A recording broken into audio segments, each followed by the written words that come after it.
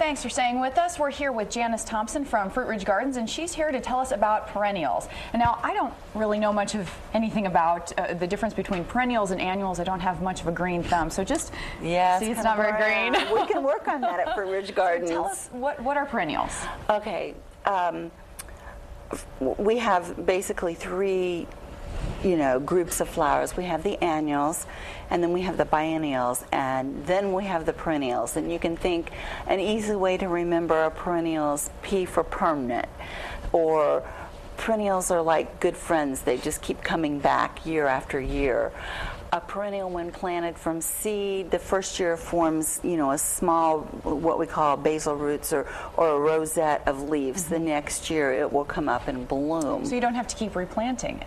It's a pretty low maintenance. They are low maintenance. Kind of flower. They perennials usually they are considered, usually 3 or more years that they will bloom. They do take a little bit of care in that. Of course, new plantings always require water, and right now we're not seeing a lot of rain, so you want to make sure you stay on schedule with the watering. You're going to want, especially the new ones, at least an inch a week. You want to water deep, not shallow. But perennials, this is a good time of year. First of all, I have to say it's a good time because there's always, perennials are always good. But we're having a sale. You buy 3, you get 1 of equal or lesser value bad deal. free. Fall's a good time for perennials, especially because before long the temps are going to cool off. The rain is going to become more consistent.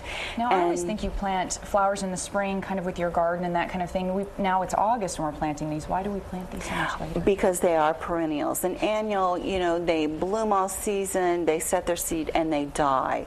Where a perennial will continue, they bloom a shorter period of time, but they keep coming back, and then after 3 to 5 years you can divide most of them and have more, so you can extend your gardens. And they're full of color. They are full of color. In front of your house. And when they're done blooming, a lot of them you deadhead and they're there. Some of them, most of them are herbaceous perennials, which means they die back in the winter and then pop back up in the summer. Some of them, like the heuchera, or commonly known as the coral bells, they will hold their foliage all winter long. Even though it gets a little sparse, it's still there. Okay.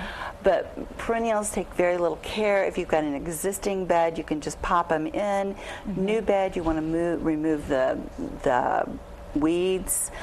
You want to prepare the soil, maybe enrich it with some compost. And if someone has more questions and they want to get in touch with you, how do they do that? Just call Fruitridge Gardens if I'm not there. That we have many knowledgeable people when it comes to perennials, because we have by far probably the largest selection in the Wabash Valley and surrounding areas.